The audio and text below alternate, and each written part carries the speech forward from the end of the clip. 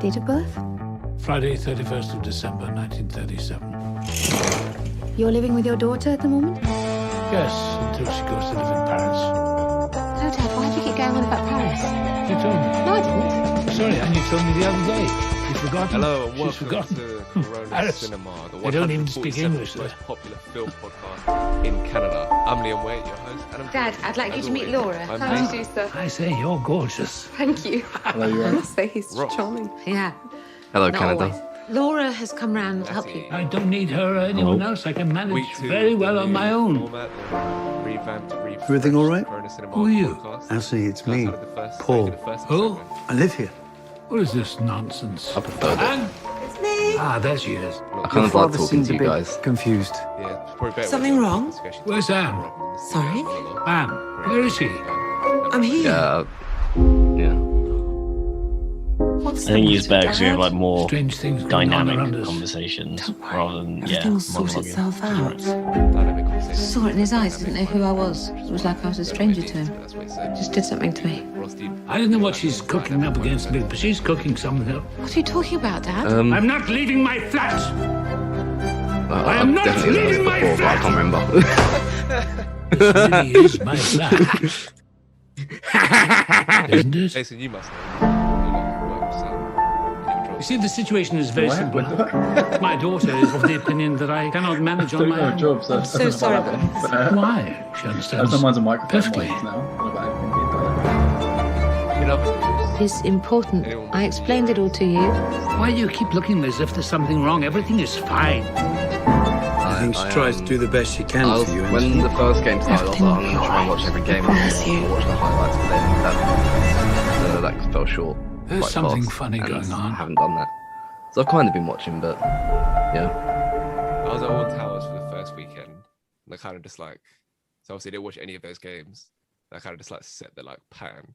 But once I missed the first batch of games, including the England game, it was like hard to just be like, yeah, I'm gonna sit down and watch all these games. Now it's kind of like, if I'm not doing anything else, it's like yeah, full. And especially now, there's no 2 o'clock games or anything anymore.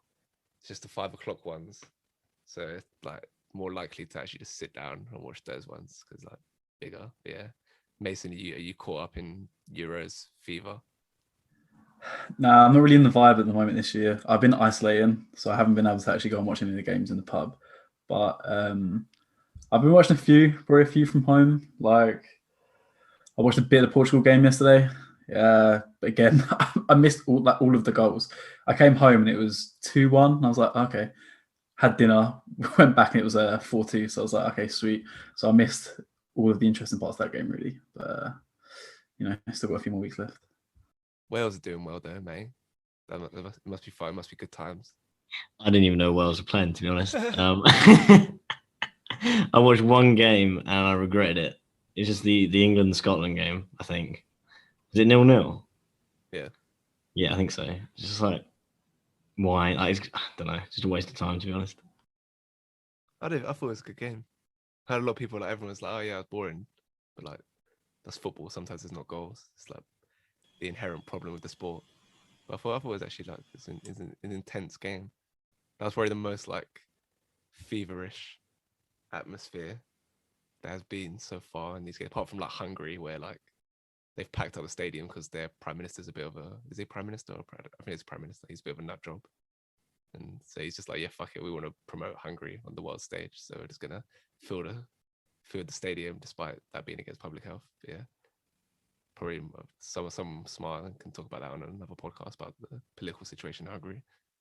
Yeah. Well, one thing I do like about on Arsblog, it's a podcast, Arsblog, Arscast, the podcast that I listen to about Arsenal. You know, Ross, you know Denzel Dumfries, the Netherlands right wing back. Yeah. Scored a couple goals, and on the Arscast, it was like, yeah, because he's got quite an interesting name. It's like, yeah, combine the first name of a Hollywood movie star, i.e. Denzel Washington, with a town in Scotland, i.e. Dumfries. It's quite smart. Like brought up some funny suggestions, like I don't know what Leonardo Kilmarnock or Brad Inverness or stuff like that. Anyone else? I enjoy this genre of Euros content. There's I can't even think of a movie star. We're literally on a film podcast. Tom. Joaquin Aberdeen. Tom. Yeah, Tom Glasgow. Tommy Glasgow. Tommy Glasgow. Tommy Lee Glasgow. We need some women. We haven't said any women's names. Women are Oh. movie stars as well. Charlize. Oh, that was fun. I was going to say as well. Charlize. What's the Scottish town? What's a really funny Scottish town's name? I'm just trying to think of the Scottish football team. I'll look some up. Every time I think of this kind of thing, it's like you just think of the Scottish league table. Yeah, Charlize Dundee. Yeah. The Dundees. Office reference. William Fort William. All right, are we done with that? We done with that was good banter there. Are we done Yeah, with that? sure.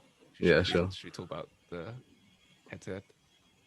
Yeah, go on. We do now on this podcast. Yeah. See you on the other side.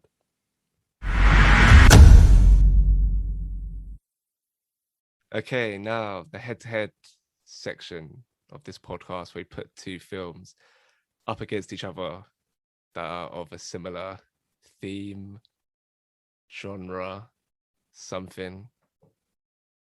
Yeah. So we had this one was 2007 Best Picture nominees.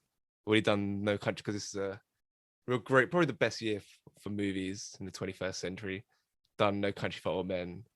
Done Juno, which is like the lesser of these 5 nominees, like the lesser tier, along with Atonement, but still good. But now we've got the two other heavyweights in this category. We've got There Will Be Blood, and Michael Clayton. We'll start with There Will Be Blood, which is a story of family, religion, hatred, oil, and madness, focusing on the turn of the century prospector in the early days of the business. That's There Will Be Blood. Ross, your first impressions? By the way, these were nominated in 2008. But they were released in 2007. Is it not? Is it not 2008 Best Picture nominees? Though? Yeah, it is. That's what I said. I think There Will Be Blood. My first reaction, wow. I think there's them films that you watch, and like I watched it probably like a week and a half ago, and I've thought about it every single day since then. And it's probably like some of the best acting I've ever seen in a film. And like the first 20 minutes just silence, but like it's like fully like not silence, like no, there's no dialogue, but the score and just everything like fully immerses you, and the shots are amazing. And yeah, it's just like one of the like best put together films I've seen for like a long time, I think. And yeah, absolute quality shit. I feel like films that open with no dialogue always bang. I haven't got much evidence, but from anecdotal, it seems like this always happens. Most recent one I watched was King of New York a few weeks ago, where there's no dialogue for probably like the first 10 minutes maybe. Then the first bit of dialogue on that film is really funny. I recommend that film. But yeah, it seems like they always just bang, where it's just atmospheric for the first 5-10 minutes before you get into some characters discussing what's going on. Like this film is literally just him literally beneath the earth trying to rise up, trying to launch his oil drilling, if you call it drilling, I don't know, business or whatever. Completed these really arduous tasks with that like searing score. The score is one of the best parts of this film as well. And that bit as well when he, towards the end, when he collapses and then just pulls himself out of this hole, and then the camera like kind of like retreats, and you see just how much of like the land he's got to cover before we can get back to someone to be able to help him. And just everything about that opening is just really, really effective. And then yeah, from there, this is the second time I saw it, and even the first time, you just knew from that moment, it's like, okay, yeah, this is why this is regarded as such a accomplished piece of work. Mason, what was your reaction to that opening scene and everything that came after? Yeah, I feel like it just kind of sets the tone. Like you said, for some reason, it should almost be boring, but I think when you start a film and it's silent, it makes you kind of get off your phone straight away, because you're like, is it like, what's happening? And then I was just like, am I watching this like on some dodgy stream or something? I was like, why is the audio not working right now? And then like I said, you kind of just, it forces you to watch it because you can't pick up on any kind of sound. And yeah, like I said, it's just a bit of a journey, this film. And it's kind of similar to what Ross said. I think as soon as I watched it, I was like, yeah, Shane, this is just like one of those great films immediately that you you're gonna like recommend to people like to watch because it just has so much going on in there. That's just like such high quality, basically. Mate, I think it's interesting as well. Like, it's not really like conventionally like entertaining. Like, it's 2.5 hours, pretty slow paced, not an awful lot of dialogue, not really any like humor in, and like there's some bits that are like funny in like a weird way, but not like it's not searching for like a comedic tone anyway. Yet it still goes by pretty fast and it's pretty watchable. Is that something you found going into this film? I think you'd seen it before, but I think you didn't like you couldn't remember like much about it. So it's just like a more clearer watch.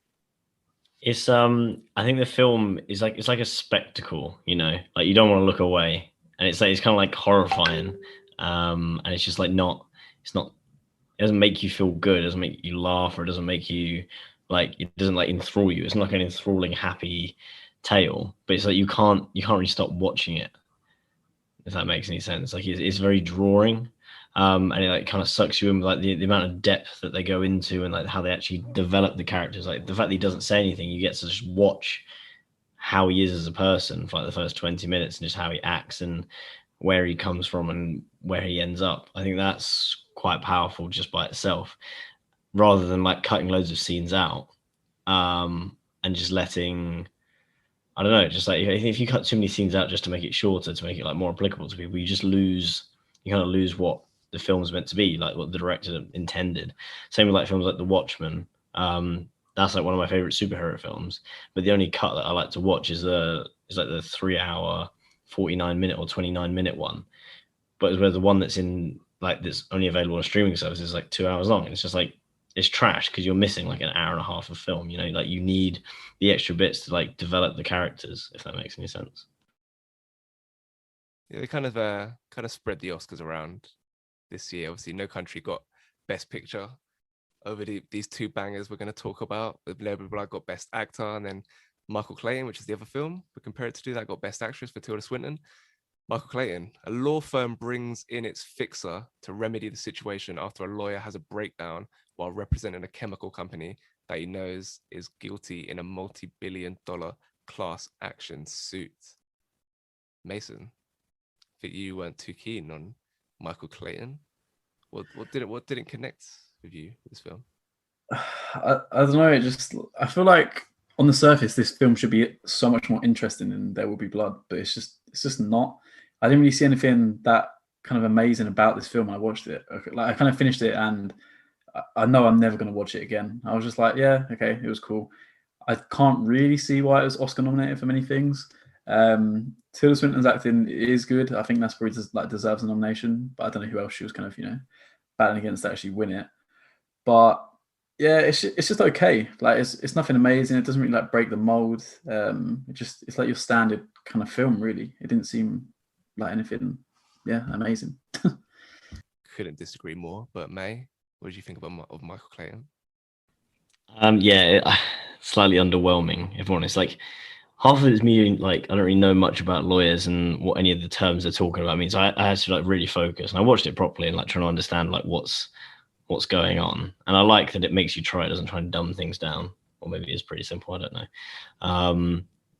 But I don't know. It just felt like quite for 2 hours. There's not really a lot that they kind of fit in there, to be honest. And the way they had the start, they showed what happens like towards the end at the start.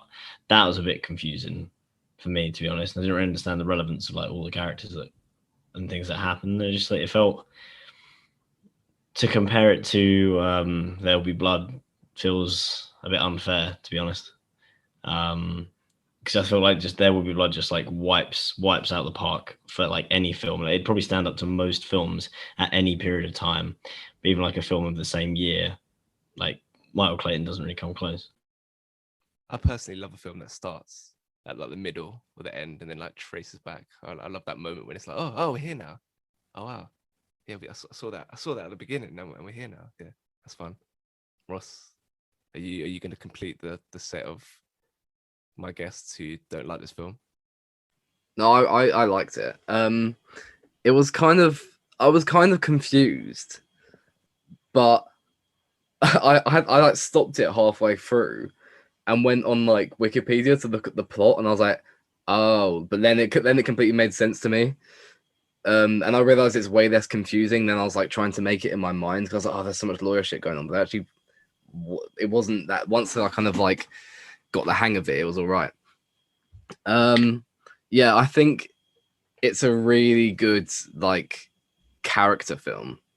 Watching Michael kind of just progress as a person, like kind of grow in a way, because I think he has like his personal battles that he has to get through and whatnot to get at the end, and I really like the way it ends, to kind of that shot of just like it's like we watched Sound of Metal last week. It's just kind of like a minute or like 2 minutes of him just kind of just like sitting there, like finally at peace with himself. And I think that's what happens in this, because he sorts out that he takes down Tilda Swinton and whatnot, and he kind of sits there and for 2 minutes or whatever it is in the back of the taxi, just kind of like, yeah, he's done it. I really liked that, and I thought that was really interesting how they did that.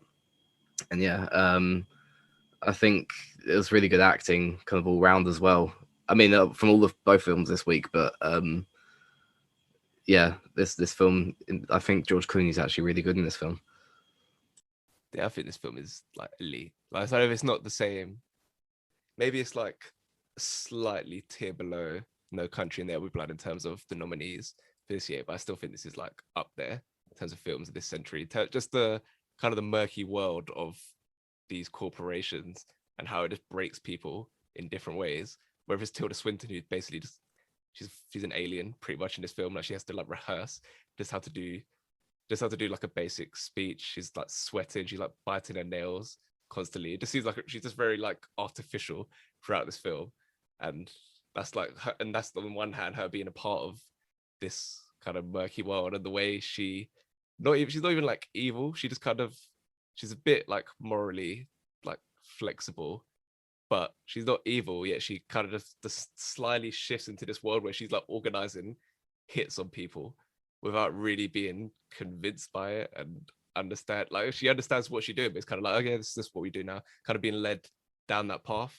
And that's kind of my favorite part about the film, is that she just shifts into this world without really wanting to go in there, but it's kind of like, oh, I took this job at this company and I've rose up through the ranks, and in order to stay in this senior position and be successful, I've kind of just got to do this now. I love that scene where she first talks to the hitman, or talks to the guy about arranging the hit, and she kind of like, so is there anything else we can do? Like kind of just like kind of leaning him towards, this is the path that we're going to go down to. So yeah, I really rate this film. And like, yeah, Ross, I don't even agree with that bit of that, like the scene at the end with Clooney. Like, it's not even like he's not even satisfied.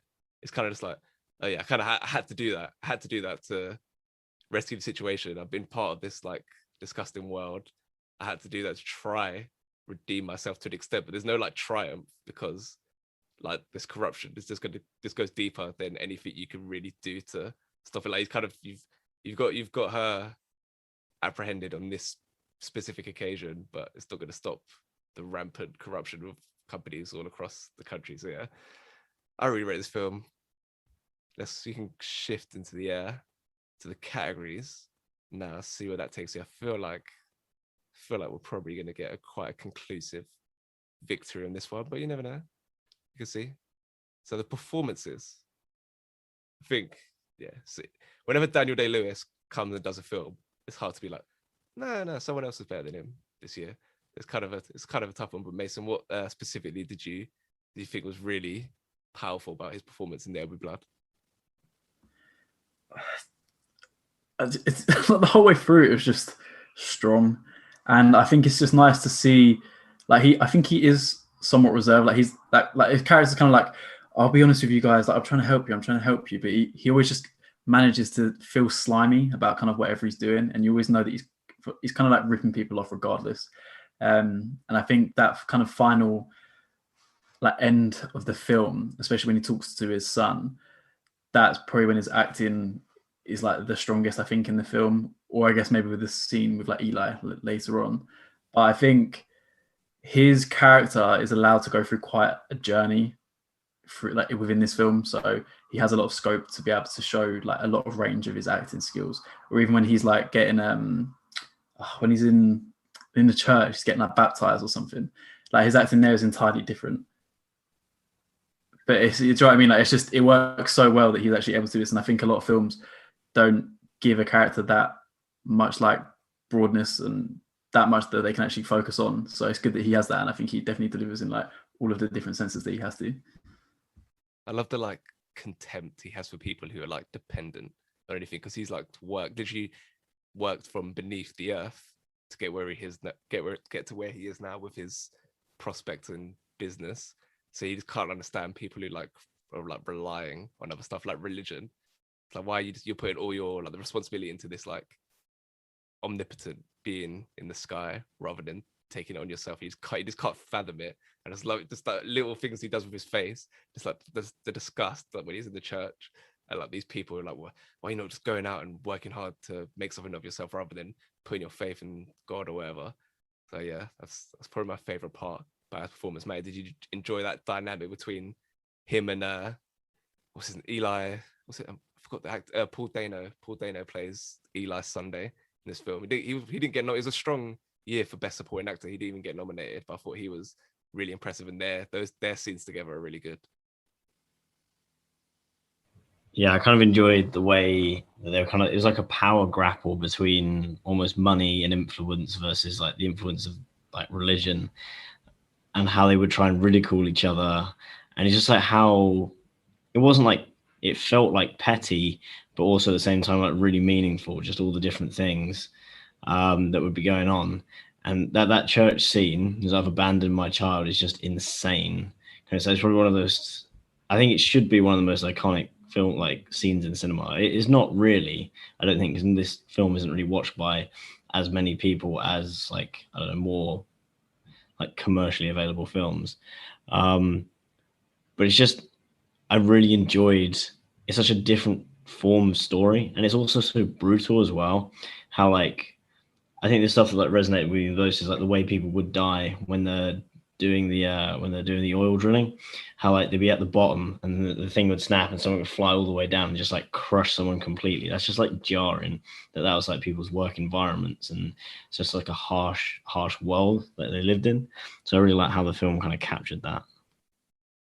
I'll make the case for Michael Clayton winning the acting, just because Swinton's elite, Tom Wilkinson is elite, and George Clooney is probably his best performance.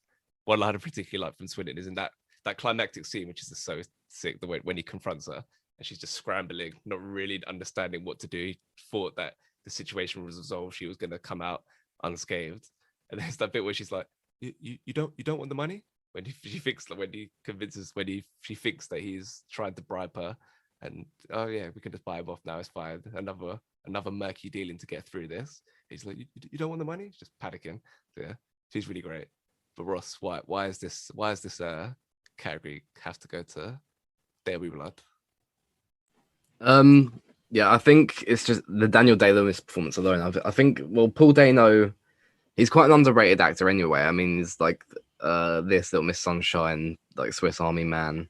He has a bit in 12 Years a Slave. I think and he's really good in this film.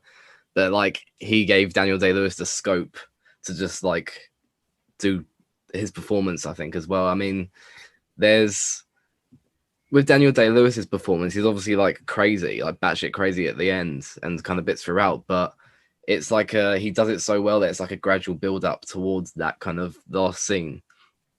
Like with I think I've shouted, I've abandoned my child every day since I've watched this film. But like, like there's just kind of, you can see bits of his performance where he's trying to feel empathy and trying to like kind of grab onto what family he can. He abandons his child when he gets disabled, and he thinks he's found his brother. Then obviously he isn't his brother and kills him and whatnot as well. It's kind of, all that is like a slow build up to like the craziness in the last scene and him just kind of going insane and like what the money can do to you. And I think Daniel Day-Lewis absolutely like perfected every single bit of that performance. And I think, although the Michael Clayton performance is like, I think Tom Wilkinson's really good in that film. He plays Arthur, and then obviously Tilda Swinton, George Clooney are really good, but Daniel Day-Lewis alone is just enough to give it that vote. Don't need to go around and vote for that. I think we're all going for There Will Be Blood. Story. Now, there's not a lot of story like in There Will Be Blood, like in terms of things happening, like you can't go like beat by beat what happens in the story, and there's a lot going on. It's more about the atmosphere, about this character and the journey he's going on. Whereas Michael Clayton, there's more, a lot of details, a lot of complicated stuff happening, a lot of legal jargon and whatnot, and which you guys said like it can get a bit confusing. But yeah, Matty, where would you go in terms of the story with these films? I'd say the story, just because of the way from the beginning and the end are so different, in where we see Daniel Day-Lewis end up. There Will Be Blood stronger because he goes from this man of nothing to basically he has everything. You just see how that ruins him basically as a person as well. So I'd say that's more of an interesting progression because it happens over a larger like time frame than Michael Clayton probably. And Michael Clayton, I still don't really know what he's gonna do, to be honest, because I feel like he's still. Well, I don't really understand where he's going now. I guess he's out, kind of thing. I mean, I suppose they're both kind of like they both have their like good and bad things about them, but I just go with There Will Be Blood. I reckon Michael Clayton like moves out the city. Maybe tries not a restaurant, like he obviously failed with his restaurant. But he just I don't know, gets like a bar or something in the middle of nowhere, just relaxes, just reflects on that time in the corporate world that destroyed him and killed his friend. Yeah, that's Michael Clayton. I reckon that's where he's going after he gets out that taxi. But yeah, I do really like There Will Be Blood where he ends up, because obviously it's all about. Obviously, he says like, "I want no one else to succeed." Succeed. He literally he has all this ambition, but it's not to like build a family or enjoy it with friends. It's just I want as much money and wealth and land and whatever as possible. I want everyone else to fail in life. So when he gets to this lavish palace by the end, and he doesn't even have. There's nothing driving him at this point. He's not satisfied. He's not like thriving. He's even more of a mess than he was. He's got no ambition to do anything else because he's achieved his goals. And you even see it with like his signature. Like obviously he had the signature at the start of the film. It's like very crisp and clear. So he's got a clear goal in life that he wants to do, and now it's all like smudged, messed up, because he's a bit of a nothing at this point and doesn't seem very happy. So I don't know where his life goes after that. He's getting arrested. I don't know what's the law like in those days. Is the police gonna put him away? Yeah, I do like the way that film ends. Ross, is that a strength of There Will Be Blood? Do you think that he gets everything that he wanted pretty much, and still doesn't really? He's not a better man for it by the end. I think that's kind of like an underlying thing in the whole film. Is like, this is what greed will do to you, because both characters, Paul Dano and Daniel Day-Lewis, they're both trying to get greed in their own ways. Like, he's trying to get the church done, and he's trying to just be as rich as he fucking can, and one ends up dead and one ends up like alone and a murderer. Like, it's an unsatisfying ending for the character because greed's taken over his life, and I like that's where he ends up. With Michael Clayton as well, there's kind of in terms of the story, I think because it's so complex and so much goes into it, because realistically There Will Be Blood, it's obviously like a fantastic like character film, and a lot happens, but also at the same time not much happens, but in a good way. And like there's not a huge massively developed like story, but Michael Clayton, there's so much that's compact into this 2-hour film and so much information, and it would have been very hard for the director to kind of keep that information in and use the story to drive this information and keep the continuity with this happened and this happened and keep everything in mind, and how the writers kept all that together, and kind of the way it starts at the end and then loops back to that bit. It's I think the story for Michael Clayton is really strong as well. It's got a lot to work to like put together to make it into an entertaining film, which obviously like Mason and Matty weren't as into it as me and Ross. But like, I do think it works as like a sharply scripted 2 hour, like like a legal thriller, considering the stuff that happens in the film is very strange. Really, shouldn't really work. Like obviously it's got a movie star at the center of it, which helps, but it shouldn't really work. So I think putting all those story pieces together to make it work was a real strength of the film. So I'm gonna go with Michael Clayton on this one in terms of story. Mason, where you fall in? Yeah, I'm gonna go for Michael Clayton. Although, like I said, I didn't really enjoy the film. I do still think his story is probably stronger because, like, within 2 hours, it goes through quite a journey, like you said. And I feel like I understand a lot about kind of all of the characters involved and kind of their own story. Whereas in There Will Be Blood, it's just Daniel Day-Lewis, really. Like even with his kid, that kind of development is just brushed across. Where like he jumps down a step with that girl, then he marries her. It's you kind of just like skip through a lot of like that kind of development. So I think story wise and I guess like the pace just really helps with Michael Clayton as well. So that's my vote.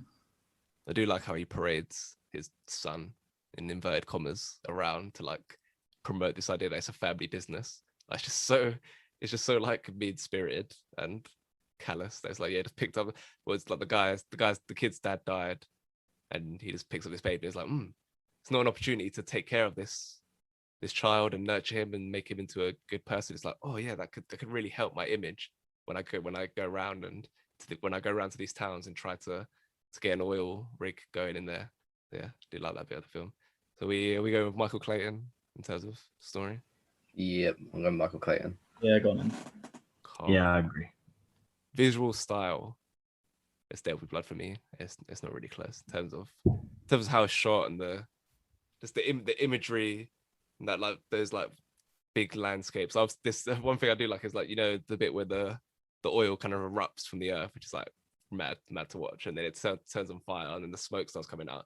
So they filmed There Will Be Blood in No Country where they were filming like back to back the sets. They were like next door to each other. So when that smoke was going off, it went onto the No Country set. So they shut down filming, I think for like a few days, maybe just for the rest of that day, but it definitely shut down filming. It's very interesting. Like that's another like layer of intrigue to this Oscars year. Is that like these two like massively successful, critically acclaimed films are happening next to each other with like iconic directors. So yeah, but that scene is one of my favorites in terms of just how it looks. Where Mason, you were shaking your head a bit there. You don't think the There Will Be Blood is clear in terms of visual style? No, I think it was like a clear winner. That was that's the one. Like so even what Matty said, the way they just show people dying is so like aggressive. Like you just see this massive metal like tube just fall down, hit someone on the back, and that's it. And then it's just so, yeah. I think the visual style is just great, and I think it helps when it's kind of like it's not a western, but when it's filmed in that kind of like setting, they always just look really nice. You just have all this like all the hills and stuff, and yeah, I don't know. It's an easy way to get a win out of me. Basically, I just see a nice like landscape. I'm like, oh, that's good. But you can't really do that in like I don't know New York or wherever Michael Clayton set. Yeah, Michael Clayton's very slick, very nice sheen with the cinematography. But I think There Will Be Blood just has a bit more scope to it. Matt, is that something you feel?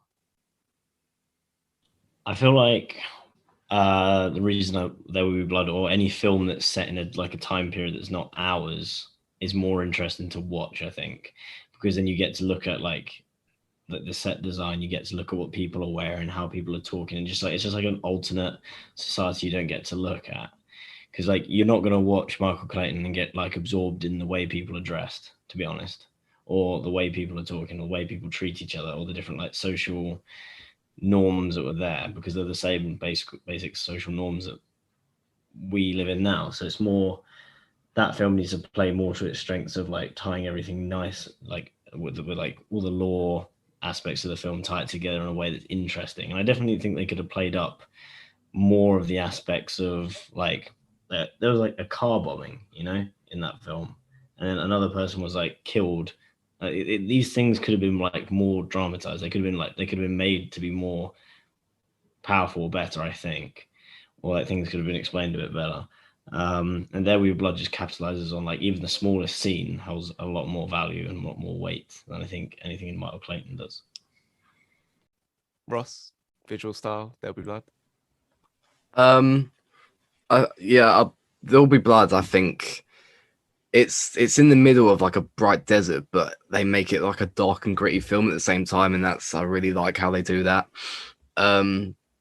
Just like the cinematography is amazing in that film. I think both cinematographies suit both films, but I think with like There Will Be Blood, like there's a scene where his son comes back from the school, and it's meant to be like a nice intimate moment between two characters, but it's not, because the camera's just like way far back watching them hug from a distance, and the kind of things like that are really smartly put in. I think Michael Clayton is good cinematography as well. It's kind of it's not as like dramatically done, because I think the film's meant to be more like kind of ground down kind of reality thing, but whereas There'll Be Blood's just like, it's so dramatic, and kind of the big landscapes just suit like everything that goes in the film, like the loneliness of everything, and it's really, really well done.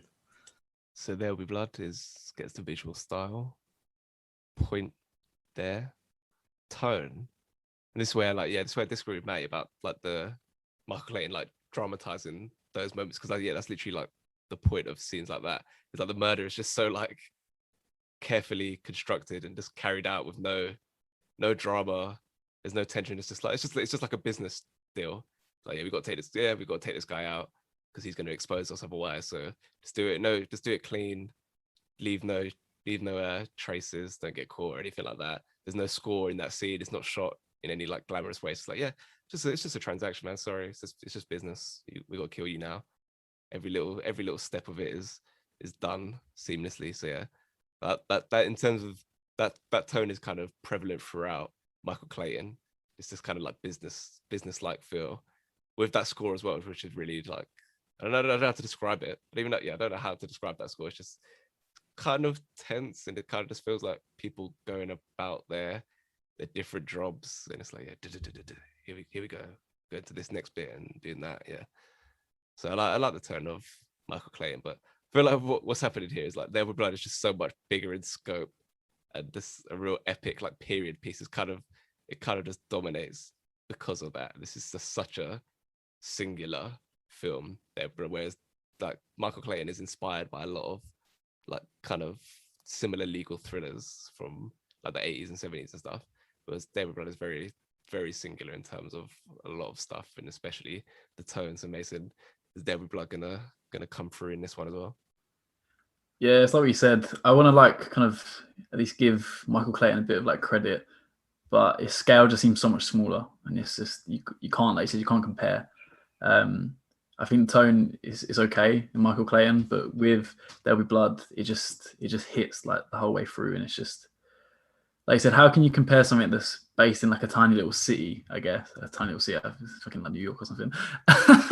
But I mean, like if you compare that to like There Will Be Blood, I feel like he travels like through like 5 different states or something throughout the whole film. So in my head, it just seems so much bigger, all of it, and it's just like, it's hard to compare. So yeah, my vote's with There Will Be Blood.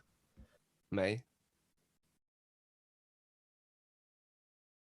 Yeah, I agree. There Will Be Blood just, I don't know, it's just so much more consistent and more powerful, I feel like. Ross, we all going in this direction, it looks like. There Will Be Blood. Yeah, definitely. There'll be blood for sure. Okay. So There Will Be Blood gets another point on the board. Now we do like a unique category, which I forgot about until like, I don't know, half hour ago. Tried to think of something. Both these films are kind of about capitalism and greed. So I thought, what film does greed better? There Will Be Blood is like one man's pursuit of everything in this land and wants everyone else to be destroyed, and so he can live in isolation with all the money in the world. Michael Clayton's like more about companies and how they're willing to commit any kind of crimes in order to stay on top and exploit people. And yeah, I thought greed would be an interesting way to go. Mason, what film does greed better? What film disgusted you more? You're like, oh, it's humans are. They just all they want is money. It's disgusting. What film conveyed that more? I think Michael Clayton. I think just because you spend more time with other characters, like I said already, like There Will Be Blood. I guess you see the true intentions of Eli and Daniel Day-Lewis, but that's about it. But Michael Clayton, like you said, you got Tilda Swinton, you got everyone else. and I feel like you see it from different perspectives. That's why I like the guy that they kill, who's trying to like expose it, although he's gone a bit, a bit crazy. Having his like good nature that's trying to be shut down by these two big companies just so they can push this really long deal through, and then you see a bit more of a human side that like then contrasts with the greed in the film. So I think, yeah, like I said, Michael Clayton is definitely better in that sense. I do like in There'll Be Blood when when he goes to one of the towns and delivers his like manifesto to the people. It's like, yeah, so we're gonna do this oil rig, but we're gonna build a school because the kids need to learn, and we're gonna build some other thing. I don't know. Okay, it's like Tesco when they wanted to buy shredded wheat, and it's like, yeah, we're gonna put a massive Tesco here. We're gonna have a leisure center because you need a leisure center and a cinema and stuff. And we're doing this for you because we love you. When it's not really, it's about building their image and making as much money as they can, and it's just like a necessary tax on that. So yeah, Ross, you're an expert on greed. You're a little greedy fucker. So what film is the greed better? All right, as a greed specialist, because I'm a greedy cunt, I think There'll Be Blood swings it because Michael Clayton is obviously like it's all driven by the other company's greed and what they're doing, and they're kind of going to all ends to stop. Like she's actually killing people because she's being greedy. But There'll Be Blood, I think that kind of greed is what drives him insane. You literally watch from the start to the end, like the start of him first finding oil and how him just trying to get richer and richer makes him like more and more lonely and kind of ruins his life more and more. And the greed is what drives him to the end scene and makes him kill Paul Dano. And I think I got like greed is probably kind of the main point of all of Michael Clayton, kind of like in your face, but in There'll Be Blood, it's more of like an underlying thing of why he's doing all of this. And I think it's because it's more subtle in there, and it's kind of, as I say, what drives him to go insane and makes everything kind of happen. I'm going to go There Will Be Blood for greed. Matty? I'd probably go Michael Clayton just for greed, because it seems a bit more intrinsic how everyone's almost like stuck in the same system and they just want to cover everything up. And it's like people's lives and they don't care how many people they're killing as long as they don't lose their lawsuits and don't lose their jobs. And it's just a lot more fucked. And it's not like one person, like There'll Be Blood, it's like one person is like driving this. He's basically got a sickness. He's got an addiction to this. And it's not as normalized as Michael Clayton, where it's like everyone is like that, and it's just the way they are. So if anything, Michael Clayton's more scary in that respect.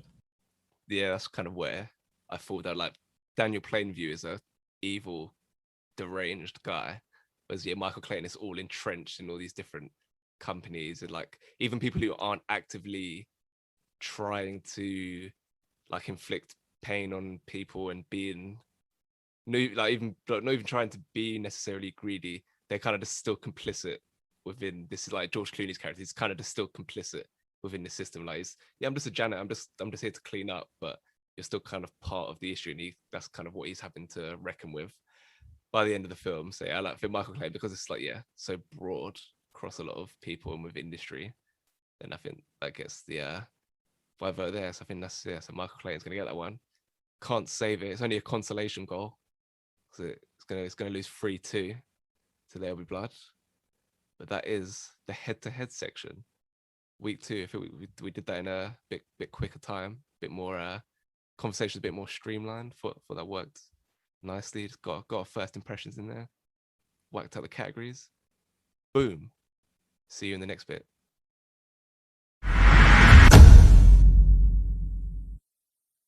Okay, now for the fun part of the podcast that everyone always waits for, the little game section thing. Last week it was I was listing cast and you were trying to guess the film. Did Mason win? Mason got like 3 or something or 2. Yeah, I definitely won. Yeah, for maybe Mason got 2 and Matt, you got 1. Or was it Ross? Did Ross get? Yeah. I got nothing. Yeah, Yeah, Ross was the big loser from last week. I'm a dickhead. Yeah, it's true. Yeah, he speaks facts. But now, gonna do the IMDb Known For game, where on IMDb for each actor they have like the little 4 films. Where I don't know. Is it? You think it's an individual person deciding what the 4 films are? Is it like an algorithm that like the most popular films? I don't know how it works, but there are 4 films that IMDb considered to be representative of that actor's body of work. So gonna do 3 actors. Between the 3 of you, you're allowed 5 incorrect answers before we move on and you lose. But other than that, you're just gonna fire guesses at me till we figure out what the 4 films are for each of these actors. So, actor number 1. Everyone understand? Everyone. Yeah. Yeah, you know what's going on. That's Matty good. knows. Matty's ready. He's poised. He's ready to go. Matty's got IMDb up. Yeah. That'll be anticlimactic. Okay. Actor 1. Christian Bale. Dark Knight. That's 1. Dark Knight Rises. Incorrect. Vice. That's correct. So you got 2 from 4. 1 incorrect answers. Incorrect answer. American Hustle. No, that's incorrect. American bollocks. Psycho. That's correct. What would the last one be? I don't think it'd be Batman Begins. Can't even think. Would it be Batman Begins? He's done it. Oh, it is Batman Begins. I'm so tempted. So Back, he's tempted. back on form. Okay. So you had 2 incorrect answers there, which means you've only got 3 more to play with Oh shit! for the next 2 Was this a actors. good topic? I didn't realize it was 5 for the whole thing. Oh yeah, no, actually it wasn't. But I've just decided that now. In the last Nah, in the last 5 seconds, I've decided that. No, that's depend- more fun. That's a dumb rule. That's a dumb rule. No, No, it's funny, it's come funny, on, it's come on. harder, it's How harder. about we get 3 strikes on each one instead? Fine, Let's do make it. it again. Yeah, let's do 3. Yeah, 3. Yeah, 3. That's better. Yeah, fine. You only got 2 in that one anyway, so it still fits the parameters. Okay, next actor. Stephen Carell. Stephen. Stephen. Is there not TV series as well? Films? 40-year-old virgin. Correct. Evan Almighty. Incorrect. Fuck. What's the one where he's in Crazy Ryan Gosling Stupid with? Love. Yeah, Correct. that's it. Fuck, it was wrong anyway. Oh, Despicable Me. Oh, he's correct. Yeah. What? It's incorrect. Yeah, it's incorrect. I Fuck. celebrated. So wait, what ones have we got? Yes, so I got far? it wrong. Celebrated and Got one. VAR ruled out. Damn it. So you've lost, but How many have we got? got, We're out. We lost. you got 1 from We only got 1. So what are they? Yeah, what the other Does ones? anyone, you want to guess? It's not part of the game, so you've already lost. But Is The Office on there? Is that? It is. It is. Oh right. What's even be on there? Is there any of Despicable Me film, like Minions or anything? Nah. None of them. Okay. Just- Date Think night. what else he's in. He was Oscar nominated for one of them. Oh, the rugby film. No, the wrestling film. Foxcatcher. Foxcatcher, yeah. Yeah, that's it. And the other one? Date night on there. No. Steve What is it? Carell. The other one is in- part of a big cast. Oh, the Anchorman. Big Short. Yeah, Big Short. Yeah. Oh fuck. Okay. Okay. I think these are like rising in difficulty, so this is probably the hardest one. Although maybe not hard because they're. Unlimited We could barely do. We could barely do Steve Carell. It's hard. It's hard because she's not as a big of a movie star, but she's these like have the 4 obvious ones you'd go to in terms of mainstream Hollywood films. But yeah, Toni Collette. Hereditary. Who's that? Yeah, Hereditary's correct. Little Miss Sunshine. That's correct. The Sixth Sense. Correct. They only got that, by the way. She's like, I got headphones in. She didn't know who I was talking about. She's quite impressive, actually. Oh, what's it called? What else is she in? Toni One with the Collette. boy, What's- the little boy. What's it called? Oh, the way back. What? Is that an answer? Yeah. Yeah. Incorrect. Oh fuck. Okay. What's the one that she's in with Hugh Grant? With Hugh Grant. Is Tony Collette and Hugh Grant in the film? Name some other Tony Collette films. Google who this is because I have no We idea. watched something in with her in the other day. Uh, I feel like we did. Tony Collette. I forget what that film's called. I reckon it's that one. Coney Collette. Dun, dun, Oh, I don't even know. Knives Out. I don't know. dun, Oh yeah. dun, dun, dun. Oh, yeah. That's Knives Out. That's incorrect. Oh. One What's more, it? one Oh. more try. I can't think what she's in. Tony Collette is in. I've said Hereditary. Gonna have to push you for an answer here. I don't think what else she's in, to be honest. 5, Fourth. 4, Uh, 3. is she voice acting or something? It's a boy, about a boy, something like that. Yeah, he's got it. Oh, nice. It's that film. It's about a boy. Oh, what's it called? It's about a boy. It's about a boy. Yeah, about a boy. Did it. So you done it. So you completed 2 from 3. So Ross probably got the most correct answers there. Yeah, that was Ross. Yeah. It's a comeback from last week. Yeah. There's the Herbert redemption. The Ross Shank redemption. I don't know. Okay. I like that film. Another game successfully tackled. Now we can move on to the main review of the week.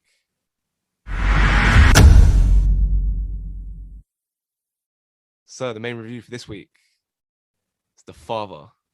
And yet again, I haven't put a synopsis. Hold on, Matty's definitely not seen it. May hasn't seen it. Okay, May. I haven't seen it, so shall I dip? May's gonna bounce. Okay. He hasn't seen The Father. I'll see you later. Yeah, see you later, Bye. mate. Bye. Bye. Mate's gone. Thank God. God. Dickhead. What cunt. I listened back to the last episode to check. I'm gonna make sure I never miss a film. So. Fucking dickhead. Hasn't even seen The Father. You haven't put a synopsis again. Don't know why I don't do it. I know what, because last week I did put a synopsis, then I just played the trailer. So you could just do that again. But yeah, The Father. Yeah. It's about a father. To be honest, a guy has dementia. Is pretty much the plot. That sounds really interesting, actually. The synopsis of this film, which is the fact that it is a very bland synopsis. We're going to talk about that, and it actually becomes quite an interesting film. But yeah, here's a trailer for The Father.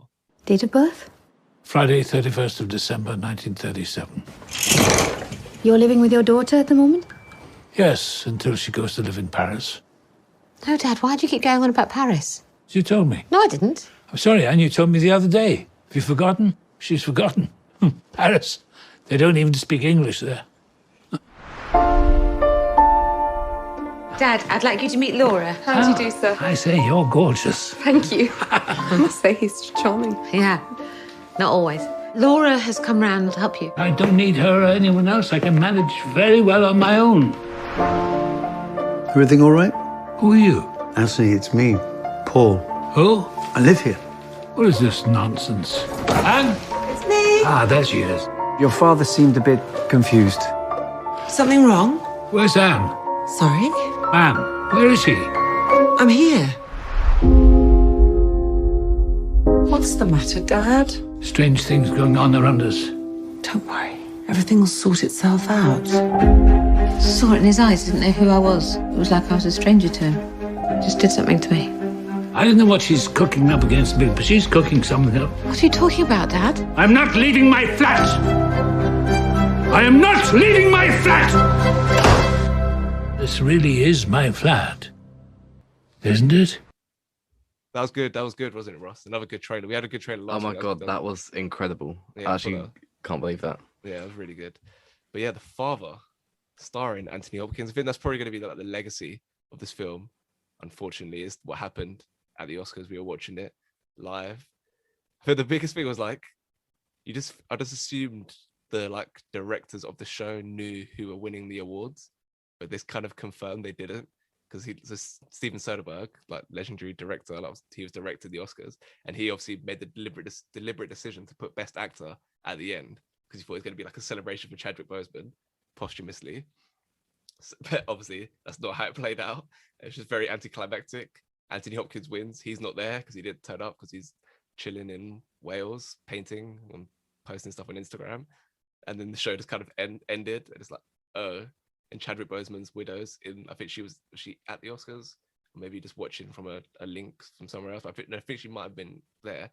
So it's just kind of the most shocking thing of the night, and isn't going to age well. It's probably going to be the legacy of this film, which is unfortunate because it's actually a pretty good film against my expectations of it. When you hear the title of The Father, and like we said with the synopsis, like, yeah, a guy going through dementia. It's not the thrill by minute romp that you'd want in a movie. Yeah, it's actually pretty entertaining and pretty emotionally involving. Mason, what do you think of The Father? So we watched this in the build up to the Oscars. It's now out in cinemas. I didn't get a chance to go rewatch it, but yeah, The Father. What do you make of it? Yeah, it's my second time watching it now, and I think it probably gets better the second time. I mean, there's a few bits that I still truthfully don't understand. Like, I don't know about you guys. You know, when I thought she didn't actually go to Paris, I thought that was just him being crazy. But then at the end, when you feel like it's more settled, she's like, no, she went to Paris. Like she told you that she moved. So I wasn't sure if that was like tactical, if that wasn't, or was just me not understanding the film.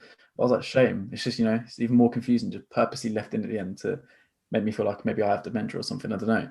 But yeah, the film it's just so good. It's just so smart to show the film from his perspective, because it almost feels like a horror film as you're watching it.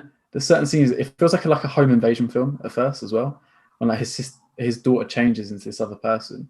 But as the film like progresses, I think you really start to understand like the intentions of the director, and it's just such a good film. It reminded me of a Charlie Kaufman film, like we did Eternal Sunshine, and his films are very like kind of manic, and very subtle things are going on in terms of how it looks to confuse you and put you into this very like kind of philosophical mindset. And that's kind of the big takeaway from this film, is how kind of little changes in the environment put you off as to like, where is he? Is he in his flat? Is he in his daughter's flat? Kind of like, what's going on here? It's just very strange throughout, like little things that they change in terms of like that cabinet wasn't there and there was a window here or stuff like that. So I thought that was just really, the cinematography was just really effective, and it made it more, like you said, like, yeah, like not even, it didn't feel like a horror film to me, but like kind of like a psychological like thriller kind of, in terms of the way they approach it, which is like an interesting way to go with a film about a guy with dementia, and it kind of helps it, kind of alleviates the kind of depressing tone of something like that, because ultimately it's a guy losing his grip on reality, but presenting it in this way kind of helps you like empathize with him, but also not be like, oh, this is a really dour hour and a half to sit through. So Ross, do you think that was like the most effective part of it, is that you can kind of still, it's still a very harrowing, deep story, but it's still quite a pretty entertaining film, which you wouldn't have expected with a plot like this? Yeah, because I think going into this film, I was expecting it to be kind of like dreary and a bit boring. I thought it was going to be like about her relationship with her father, that kind of thing. But it like completely took away my expectations in a good way. And I think presented it like from doing it from his perspective is such a good move, and like you wouldn't expect that. And I think that really, really works in favor of the film and makes it different to a lot of other films that are out there. And yeah, I think the performance from Anthony Hopkins really helps as well. It's just fantastic. I can see why he won it. Like he deserved it, realistically. Like he was excellent in this film, and kind of the directing is some of the best directing I've seen, like in like the last couple of years, probably, I reckon. And yeah, he did a great job. Did you rewatch it in cinema or no? Nah, I didn't. I feel like I need to get there. I feel like that might even strengthen it even more. Like it's not like Fast 9 or anything where it's like, yeah, you got to go see this in cinema. That really adds to it. But I feel like just the subtle changes in the cinematography and all that kind of stuff, and the layout and the production design, seeing that on a big screen will like make that even more impressive. So yeah, I might try to get over this. I think it's going to be out of cinema like relatively quickly, at least like local to here. But yeah, might try go see that. But yeah, you touched on the Hopkins performance. I also thought it's like really like a lot of humor as well in this film, which is the other like shocking part of it. Like scenes like when he thinks that his daughter's going to Paris, and like he's talking to the boyfriend or whatever, and it's like, oh, you didn't realize, oh, she's gone off with another man. Like, or maybe it was her husband or something like that, and oh no, she's got a boyfriend, she's going off with another man. And the little like jokes that he has, they're like that humor was just another thing that I wasn't expecting, which was like a big strength of his performance, that he could switch from kind of harrowing depression and confusion and still have a bit of joy in those moments. Mason, do you think that was a key part to why this was a Oscar-winning performance from Hopkins? Yeah, I mean, I think his performance is definitely worthy of winning, and like I said, it's just dynamic. Where I think if it was just pure just sadness and just watching this guy lose his mind and just not understanding things, I'd be like, oh god, this is sad. This is a bit draining. But like you said, you just have layers, or even so. Yeah, I don't know. It's just good. Or even like he pretends to tap dance. He starts dancing. You kind of laugh for a second, and then you kind of see like the sadness in the same bit where Olivia comes like, "What do you mean, Dad? You was an engineer. You wasn't a tap dancer." Like you kind of want to laugh, but then the film like almost tricks you because you're like, "Oh, that's funny," but then you're like, "No, you're kind of laughing at him for the wrong reasons. Like it's bad. Like it's quite sad." So yeah, I think to be honest, it probably gives more of a realistic and a more like human approach to what dementia actually is, instead of just either like insulting people with dementia or trying to make it into a joke. It's like perfectly in the middle. Yeah, I feel like, I don't know, like, is this because I think people like experts and this kind of stuff seem to think it's not like offensive or anything. Like, it's a pretty accurate depiction of what dementia feels like, and like we say, like putting you in that perspective with him, and that the constant confusion and not understanding what's going on around you. Obviously, that would just be so kind of debilitating. The simplest of things, just not being able to comprehend what's going on around you, would be very scary, very daunting.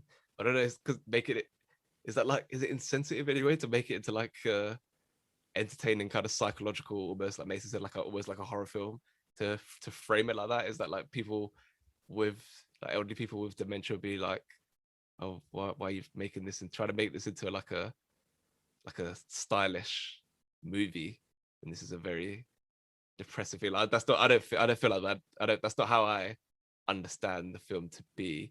And it doesn't seem like there's been like no controversy or anything around it. But it's like interesting, like if anyone would feel like that. Ross, do you think people with dementia could have that takeaway from the film? Like, oh yeah, you've kind of shown that dementia is hard, but you've also made this into like a stylish, kind of entertaining film at the same time. Is that like the best way to go about it? I don't know. They probably wouldn't remember watching it. I'm joking. No, I think it's depicted quite well, because realistically, when you go see your granddad or whatever with dementia, they do stuff that's quite funny, and that's the way. Like, though it's not funny, it's good to kind of, what can you do if you can't laugh about it? Do you know what I mean? It's getting kind of, that's how it is in real life, and I think that's how it's depicted in the film.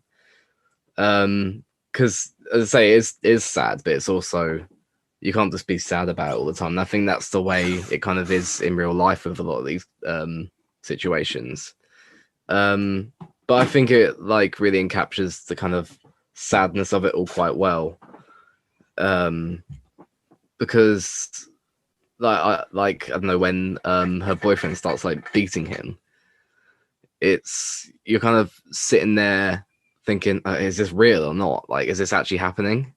And whether it is or not, he still thinks it's happened, and he still thinks he's been like beaten up and whatnot. And yeah, and there's a lot of things in it which kind of piece together, like the random boyfriends that he keeps thinking he's seeing. Then you see him at the end in the care home. It's kind of, yeah, it pieces it all together quite nicely like that. And yeah, I think the like kind of possible controversy in this, I think it's okay. It makes light of a kind of sad situation, which isn't always a bad thing, which is the case with this.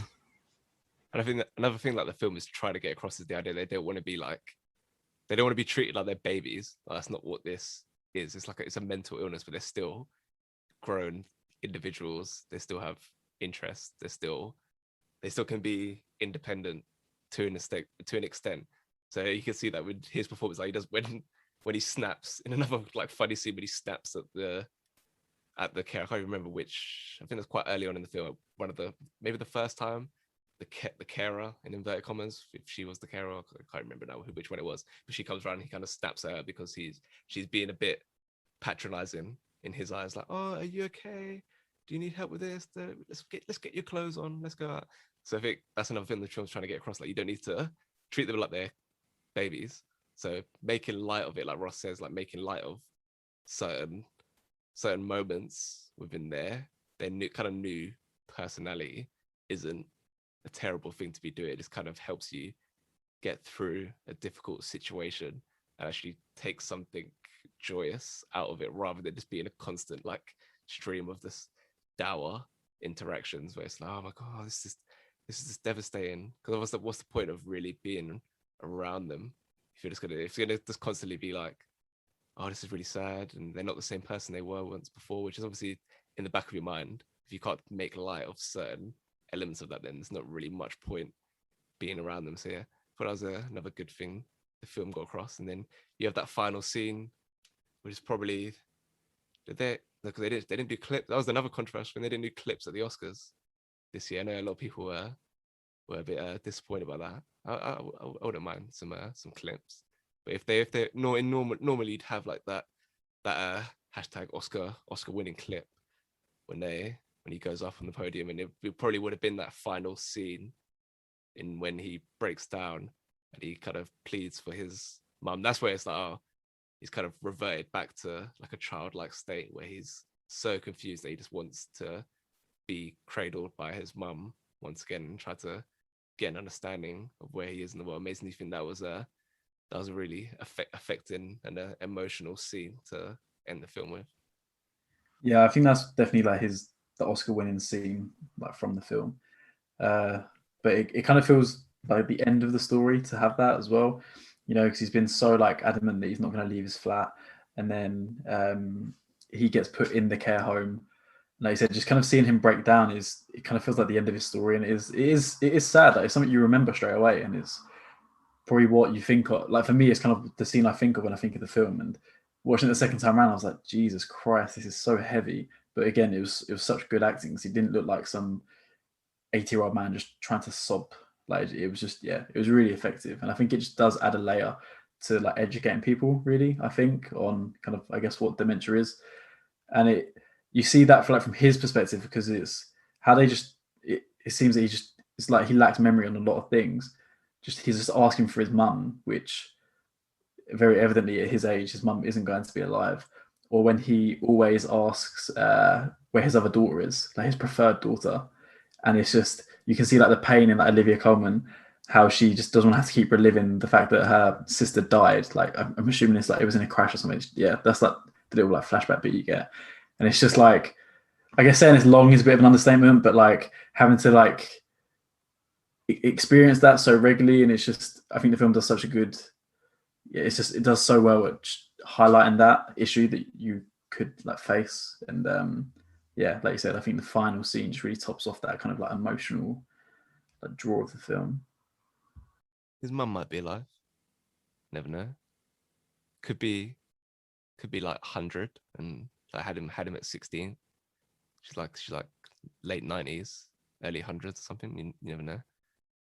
She could have dementia as well. That could be the sequel. Although he is doing another, because obviously this is based on his play, Florian Zeller, who's the right director. This is based on his play. You can see that as well, like the way the story goes. I think that's another thing about like adapting the play to a film in this way. That was another like impressive part, to make it this visually impressive and this dynamic and this entertaining. That was another good thing to say. And I think it's The Sun is his next film. I don't know if that was a play as well. I think it's called The Sun. Don't know what it's about. Maybe this is just going to be his career. It's just like, yeah, the son, the daughter, the mother. Maybe he'll just keep doing that. But on the evidence of this film, I wouldn't mind. Just watching it, he seems like a very talented guy. Maybe you can go see the play. I'd never heard of this play. Was it shown in London? Don't know. I'm not a massive play guy, but on the basis of this film, never know, it might be interesting. Also, my favorite quote: "I'm not leaving my flat," which is not what he sounds like, but in my head, it's one of those things where it's like it doesn't actually sound like that, but I've like said it so many times in my head. Now I imagine that he actually does sound like that. And it's very funny. Not leaving my flat. Anything else on The Father? Either of you? No, that's it for me. I think I'm alright, yeah. Okay. The Father. Do we do anything at the end of the review? I don't think we do. No. I've never made it so. Oh yeah. Yeah, we just kind of just ended it, didn't we, Ross? We're just like, Yeah, I'm pretty sure. The words have been That's said. They can't be taken back. So let's get Let's get it out. At Corona Cinema on Instagram, at Leon Waite 98 on Twitter, Spotify, Apple, Google, Amazon, Stitcher, and Podbean is where you can find the Corona Cinema podcast. Next week, another film we watched in the build-up to the Oscars, or at least me and Ross did. Did Ross? Yeah, he did. Yeah, obviously. Yeah, he did. We've been banging to that. God. Banging out like. What a night! Yeah, what a night! Yeah. What a life! Words I was trying to get out then. Tune. Yeah, absolute tune. I want to. Oh, but seeing that in the cinema is gonna be lit. So that comes out. Yeah, I'm actually gonna watch it. I didn't watch The Father, but I'm gonna go watch this in the cinema. Yeah, definitely. There's no way I'm missing it. That's coming out before we do the next episode, and then because that's a film about drinking, I'm gonna do 2 bartending films. One of which I'd seen, so I know it's about bartending. Although they don't want it to be about bartending, they want it to be about something a lot deeper, but it failed. So now it's just about bartending. It's pretty bad, but it's fun as well. The other film I haven't seen, but I googled bartending films, and it sounds like it's a bartending film. Coyote Ugly. I think Mason's seen it actually. Oh, it's good. I like Coyote Ugly. Oh. It's probably not good. Don't hold me to that. See Coyote Ugly. It's on my rom-com like bucket list sheet thing, so I could tick that off as well. So that's the next episode. Until then, go well. Cheers. Do a Matty impression. Cheers. Cheers. Hot top of the morning to you. Let's go. I've got places to be. I'm not leaving my Swansea. I'm not leaving my flat. Flat.